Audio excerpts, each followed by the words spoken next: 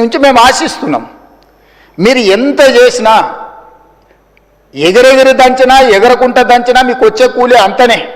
ఎన్నికలు అనేటి 2029లో వస్తాయి అధ్యక్ష. వాళ్ళ తాపత్రయపడ్డంత మాత్రాన, వాళ్ళు ఆవేదన చెందినంత మాత్రాన, వాళ్ళు హడావిడి పట్టినంత మాత్రాన ఒక సంవత్సరం రావు అధ్యక్ష ఎలక్షన్లు. అప్పుడే ఒక ఆయన అంటాడు వచ్చేసినాయి బై ఎలక్షన్స్ వచ్చేసినాయి వచ్చే నెలలే అని టికెట్లు వంచుతాడు ఒక ఆయన. ఆయన టికెట్లు వంచండి కదా నేను వంచాలని ఇంకొక ఆయన పోయి ఆయన వంచుతాడు.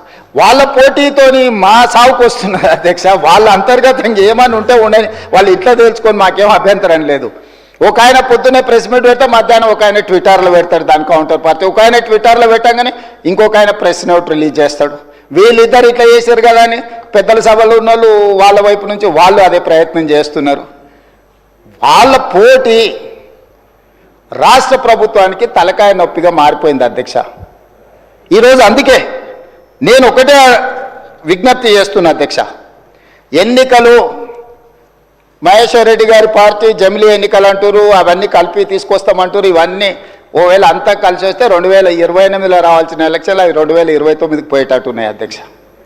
సో ఉన్న అసెంబ్లీ కూడా ఇంకో 6 నెలలు ఎక్స్ట్రాగా ఉండే పరిస్థితులు జాతీయ స్థాయిలో మనకు కనిపిస్తున్నాయి అధ్యక్ష. సో ఈ 4 ఏళ్ళు మనము రాష్ట్రాన్ని మంచిగా అభివృద్ధి చేసుకుందాము. మీరు నా దగ్గరకు వచ్చిన వాళ్ళలో అప్పుడప్పుడు టీవీలలో పేపర్లలో ఎవరు వచ్చి కలిసినా కూడా ఇటో అటో అని నేను ఎవరికైనా నేను సభానాయకుడిగా ముఖ్యమంత్రిగా ప్రతి ఎమ్మెల్యేకి నేను అందుబాటులో ఉంటా. అది సిద్దిపేట శాసనసభ్యులు హరీష్ రావు గారు వచ్చినా, లేకపోతే పల్లా రాజేశ్వరరెడ్డి గారు వచ్చినా, లేకపోతే వెంకట రమణారెడ్డి గారు వచ్చినా, నేను రాజకీయాలు చూడను అధ్యక్ష. ముఖ్యమంత్రిగా నా దగ్గరికి తీసుకొచ్చిన సమస్యల్ని వీలైనంత మేరకు వాటిని పరిష్కరించాలన్న మా భట్టి గారు సూచన చేశారు. గజ్వేల్ శాసనసభ్యులు వచ్చినా కూడా ప్రతిపక్ష నాయకుడు వచ్చినా కూడా ఆ నియోజకవర్గానికి సంబంధించిన సమస్యలు కూడా పరిష్కరించాలంటారు. శాసనసభ నియోజకవర్గాలకు ప్రాతినిధ్యం వహించే ఎమ్మెల్యేలను నేను ఖచ్చితంగా ప్రజలు ఎన్నుకున్న ప్రతినిధులుగా వాళ్ళని గౌరవించే బాధ్యత నాది అధ్యక్ష. Just they can come as walk in, just ఇట్లా నడుచుకుంటూ వచ్చి ముఖ్యమంత్రికి ఏదైనా రిప్రజెంటేషన్ ఇవ్వచ్చు. దానికి అనవసరమైన రాజకీయాలు ఆపాదించాల్సిన అవసరం లేదు అధ్యక్ష. మీరు డెఫినెట్గా ఇస్తాము. ఇచ్చినప్పుడు ఇన్ఛార్జ్ మినిస్టర్ ఉంటాడు, మీకు ఇన్ఛార్జ్ మినిస్టర్లు నిర్ణయాలు చేస్తారు. ఈరోజు ఇందిరమ్మ ఇళ్ళలో ఇందిరమ్మ కమిటీలు ఉన్నాయి, అన్నీ ఉన్నాయి. డెఫినెట్గా ఇస్తాము.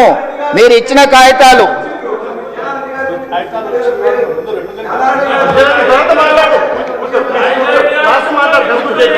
నిన్నగాక మొన్న పద్మారావు గారు వచ్చిండ్రు, సికింద్రాబాద్ శాసనసభ్యులు. ఆయన నియోజకవర్గానికి సంబంధించిన కాలేజీలు ఇతర నిర్మాణాలకు సంబంధించిన నిధుల గురించి వచ్చిండ్రు. అక్కడికక్కడనే నేను ఆదేశాలు ఇచ్చి ఎంబడే ఆ పనులను మొదలుపెట్టాను అని చెప్పిన.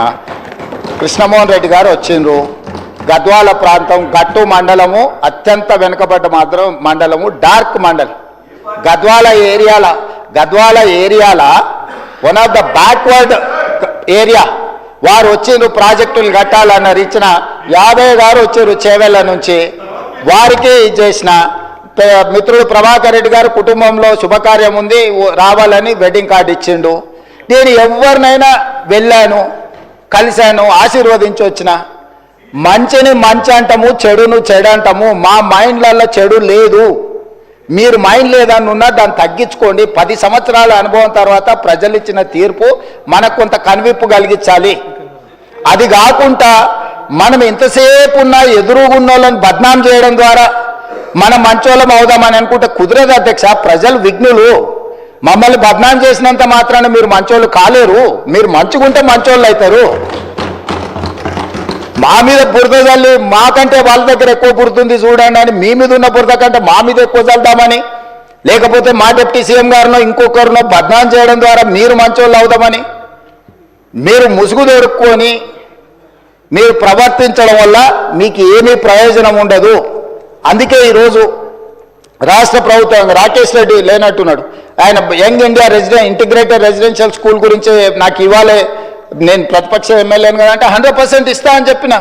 పెట్టినం లిస్టులో నాకు తెలిసి. సో అధ్యక్ష, మేము వివక్ష చూపించము. వివక్ష మా విధానం కాదు. వివక్షతోని రాష్ట్రాన్ని నడపలేము. వివక్ష వల్ల రాష్ట్రం అభివృద్ధి చెందదు. వీలైనంత మేరకు రాష్ట్ర అభివృద్ధి కోసం అందరి సహకారం తీసుకొని ఈ ప్రభుత్వం ముందుకు వెళ్ళాలనుకుంటుంది. అందుకే డాంబికాలకు గొప్పలకు పోలే. బడ్జెట్ 2 సార్లు మా బట్టి విక్రమార్క గారు ప్రవేశపెట్టినప్పుడు ఉత్తుత్త బడ్జెట్లు ఊదరగొట్టే బడ్జెట్ పెట్టి ఇప్పటికి 4 లక్షలు దాటి ఉండేది అధ్యక్ష. ఉత్తుత్త బడ్జెట్లు ఊదరగొట్టే బడ్జెట్లు పెట్టదలుచుకోలేదు. చేసేదే చెప్తాం, చెప్పిందే చేస్తామనే విధానంతో బడ్జెట్ నియంత్రించడం ద్వారా రాబోయే 2 బడ్జెట్లలో యాక్యురేట్ 100%. ఈరోజు నేను బట్టి విక్రమార్క గారి తరఫున వారు ప్రవేశపెట్టిన బడ్జెట్ నాకు అంచనా వేసిన తర్వాత నాకున్న సుదీర్ఘకాలం ప్రతిపక్షంలో పనిచేసిన అనుభవము, 15 నెలలు ముఖ్యమంత్రిగా చేసిన అనుభవంలో 95% వారు ఈరోజు ప్రవేశపెట్టిన బడ్జెట్ నిజం కాబోతుంది. Minimum 95%. whereas 2014 to 2023 go through all 10 budgets. మొదటి సంవత్సరం 40% వ్యత్యాసం ఉంది. ఏ రోజు కూడా 25% కంటే తక్కువ వ్యత్యాసం లేని బడ్జెట్ని గత ప్రభుత్వాలు పెట్టలేదు అధ్యక్ష.